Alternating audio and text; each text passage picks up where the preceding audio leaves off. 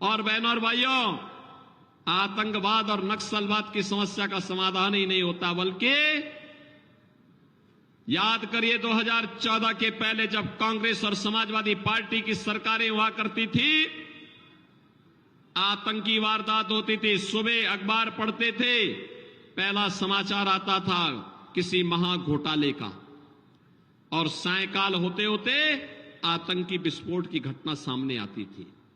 हम लोग सांसद थे, संसद में चिल्लाते थे, कहते थे इन आतंकवादियों के खिलाफ कार्रवाई करो, तो ये लोग कहते थे आतंकवादी सीमा पार के हैं, सीमा पार के हैं। और आज आप देखते होंगे इन आतंकवादियों का आका पाकिस्तान क्या हालत है। आज कोई पटाखा जोर से फट जाए ना तो पाकिस्तान पहले सफाई देता, कहता साहब मेरा हाथ नहीं है, उसे मालूम है नया हिंदुस्तान है, ये नया हिंदुस्तान है, छेड़ेगा नहीं, लेकिन कोई छेड़ेगा तो उसको छोड़ेगा भी नहीं। घर के अंदर घुस करके मारने की हिम्मत रखता है, सर्जिकल स्ट्राइक और एयर स्ट्राइक के माध्यम से आतंकवादियों की माद में घुस करके निकालता है, उसको पाताल लोक से भी निकाल करके ला करके पटक करके मार करके देश के दुश्मनों का काम तमाम करना जानता है। बहनों और भाइयों, सुरक्षा भी है तो सम्मान भी है, और साथ साथ विकास के कार्य 2 लेन, 4 लेन, 6 लेन, 12 लेन के हाईवे, एक्सप्रेस हाईवे, रेलवे में वंदे भारत, अमृत भारत, अन्नोवा भारत जैसी ट्रेन, वाटरवे की सुविधा भी है, रोपवे की सुविधा भी विकसित हो रही है, 1 डिस्ट्रिक्ट 1 मेडिकल कॉलेज, हर कमिश्नरी में मेडिकल विश्वविद्यालय की स्थापना हो, यह संकल्प भी साकार हो रहा है। IIT, IIM, IIIT, NIT जैसे संस्थान भी स्थापित हो रहे हैं। और बहनों और भाइयों, इन सब के साथ साथ गरीबों का भी कल्याण हो। मैं कहना चाहता हूं जो पाकिस्तान का राग अलाप रहे हैं कांग्रेस और समाजवादी पार्टी के लोग, मैं उनसे कहना चाहता हूं कि पाकिस्तान का राग क्यों अलापते हो, और इतना ही अगर पाकिस्तान से मोह हो तो भारत के बोझे मत बनो। भारत से बाहर वहां पाकिस्तान जाकर के देखो थोड़ा। पाकिस्तान 23 करोड़ लोगों की पेट नहीं भर पा रहा है।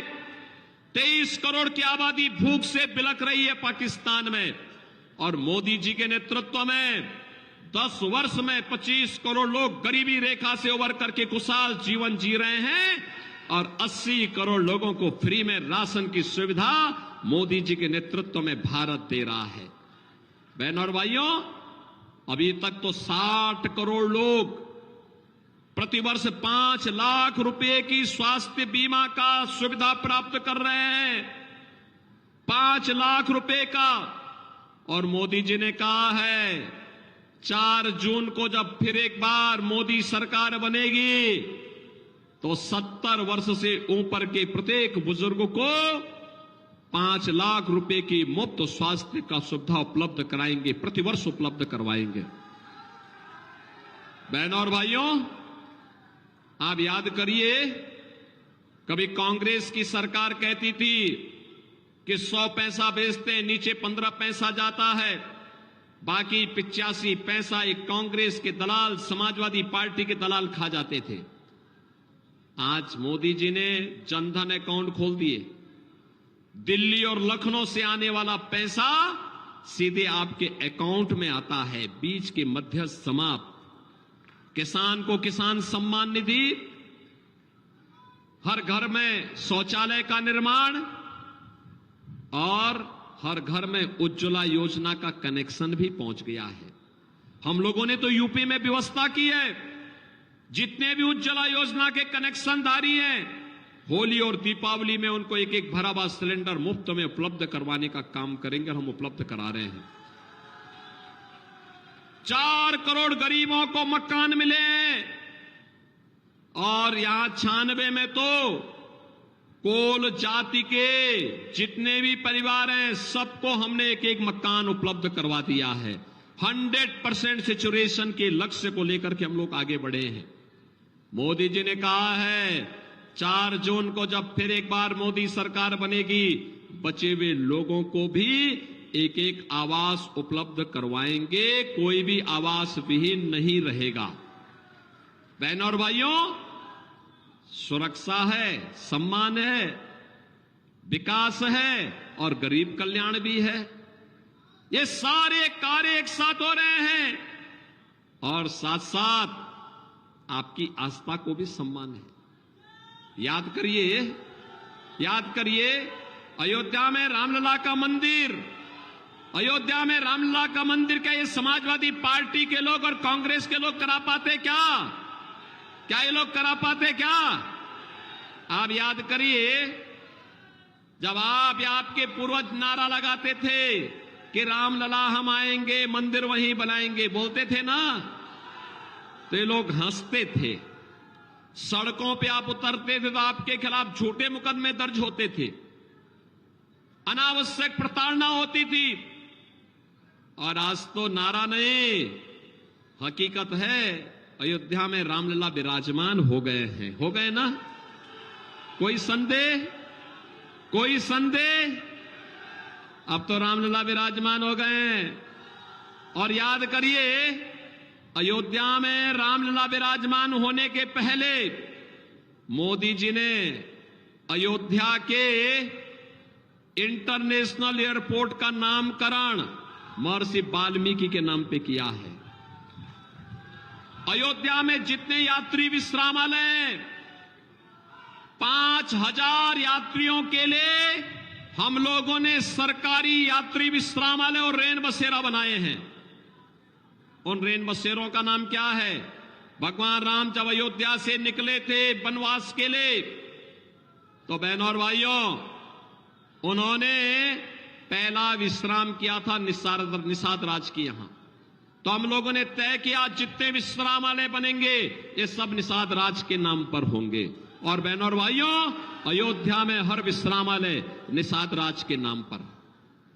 भगवान राम को जंगल में जूठे वेर खिलाया था माता सबरी ने। भोजनालय, फ्री भोजनालय अयोध्या के माता सबरी के नाम पर चल रहे हैं। बहनों और भाइयों, एक तरफ अयोध्या में रामलला विराजमान हुए हैं और जंगलों में वनवास में जब गए थे भगवान राम, तो भगवान राम ने संकल्प लिया था, निस्सरहीन करो मई भुज उठाए प्रण कीन। क्या कहा था? निस्सरहीन करो मई भुज उठाए प्रण कीन। उन्होंने कहा था कि मैं इस पूरे भारतवर्ष को, पूरे आर्यावर्त को आतंकवाद और नक्सलवाद से मुक्त करूंगा। और देखा, आज मोदी जी के नेतृत्व में देश आतंकवाद और नक्सलवाद से मुक्त हो चुका है। और जब मोदी जी वहां काम कर रहे थे तो हमने भी कहा कि हम उत्तर प्रदेश को माफिया से मुक्त करेंगे। सभी माफियाओं के राम नाम सत्य है की यात्रा भी निकल गई। अब मुझे बताओ, राम भक्तों पर गोली चलाने वाली समाजवादी पार्टी एक तरफ राम भक्तों पर गोली चलाती है और दूसरी तरफ माफिया के मरने पर मातम मनाने के लिए जाती है। मुझे बताओ, माफिया के प्रति संवेदनशील लोगों के साथ खड़े होंगे या राम भक्तों के साथ खड़े होंगे? और यही नहीं, मां विंध्यवासिनी का कॉरिडोर भी तो भव्य बन रहा है। और इस बार तो मैंने सुना 35 लाख श्रद्धालु मां विंध्यवासिनी का दर्शन करने के लिए नवरात्रि में आए थे। 35 लाख लोग। और कॉरिडोर पूरा होने दीजिए, ये संख्या 1 करोड़ तक पहुंचेगी। 1 करोड़ तक।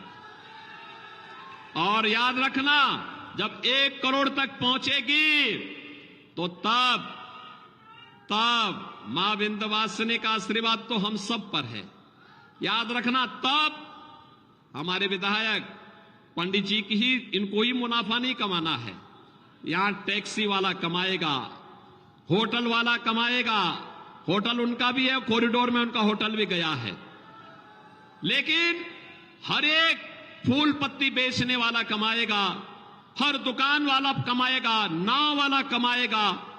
और बहनों और भाइयों, हमारा मिर्जापुर और विंध्यवासिनी धाम के साथ साथ इस पूरे जनपद का नाम होगा देश और दुनिया के लोग जब यहां पर आएंगे। और इसीलिए हम आए हैं आज आपके बीच में।